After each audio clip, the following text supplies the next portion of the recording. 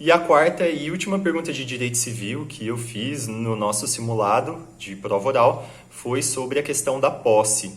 Outra pergunta bem conceitual que eu esperava que o candidato falasse as duas teorias mais famosas que todo mundo conhece e que é um tema um pouco espinhoso. Eu confesso que até hoje nunca entendi completamente as duas teorias. São temas um pouco complicados, muito profundos. Enfim, mas o candidato ele tem que saber pelo menos a parte superficial, e aí era isso que eu esperava que o candidato respondesse. Lógico que a gente não queria que ele respondesse sobre detalhes da teoria de Hering no direito alemão, mas que ele abordasse esses temas gerais. E ele respondeu sim, falou sobre a teoria subjetiva, em que era exigido o animus e o corpus, ou seja, a vontade de ser dono e a apreensão material do bem, que isso era que era defendido por Savigny. Ele não mencionou os autores. Eu acho que nesse caso, por serem bem famosos, assim, acho que seria importante ter citado os nomes dos autores das teorias, mas tudo bem, ele respondeu teoria subjetiva e depois ele falou sobre a teoria objetiva da posse, que é adotada pelo Código Civil, como o candidato respondeu bem, em que não é precisa apreensão física do bem, basta que haja a intenção, o uso, a conduta de dono daquele bem que ele possui. E aí, inclusive, isso permitiria o desdobramento da posse, em que eu atuo como dono, mas eu não tenho a apreensão imediata do bem. Essa é a teoria de Hering, ou Hering, não sei exatamente como fala, mas é isso que ele respondeu. Eu fiquei satisfeito nesse quesito. Acho que faltou realmente só falar o nome dos autores.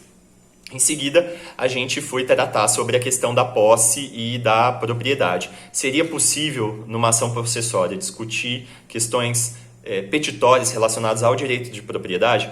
Como regra, não. O Código Civil ele proíbe, se não me engano, o artigo 557, fala que, enquanto pender da ação possessória, ficam sobrestadas as questões de propriedade.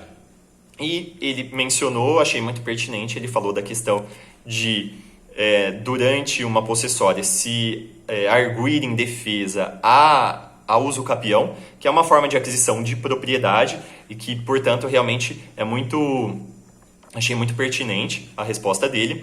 E eu também esperava que fosse respondido a questão específica da fazenda pública. A gente está fazendo concurso para a advocacia pública, então era esperado que o candidato mencionasse uma possibilidade que foi prevista no STJ, em que a fazenda poderia intervir numa ação possessória, em que duas pessoas discutem a questão da posse. A fazenda poderia intervir nessa ação, falando que, olha, a posse daquele bem não é de ninguém, na verdade é dela porque a propriedade daquele imóvel é dela.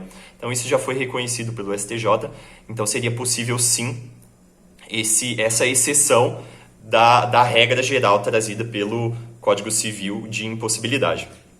E aí, por fim, eu fiz uma pergunta bem prática, e acho que tinha ali um espaço para ele dissertar, justamente sobre a questão de invasão de um prédio público. Se seria necessário manejar uma ação possessória, uma ação de reintegração de posse, ou se não, seria possível, bastava apenas se poderia chamar PM. Às vezes a gente tem esse receio, né? Falou, bom, imagino que a PM vai fazer uma bagunça ali no prédio público para tirar os manifestantes que costumam resistir à invasão de um prédio público.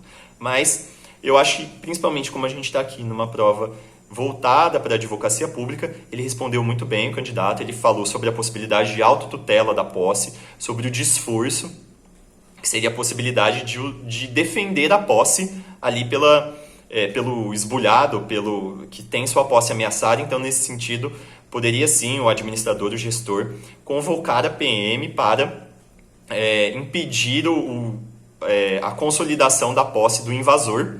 É possível, é o desforço imediato. Lógico, isso tem sempre alguns requisitos. Obviamente, a razoabilidade das medidas, né? Se são manifestantes realmente pacíficos, estão fazendo ali só um protesto temporário, então, obviamente, a PM não pode chegar ali atirando para o alto. Tem que ser medidas razoáveis e também tem que ser o desforço ele é imediato, ele deve acontecer assim que aconteceu o prejuízo à posse, né? Então, ele respondeu bem esse ponto, ele falou que tem que ser imediato, correta a resposta, fiquei satisfeito. Então, esse era o que eu esperava da resposta em direito civil sobre a questão da posse. Bons estudos!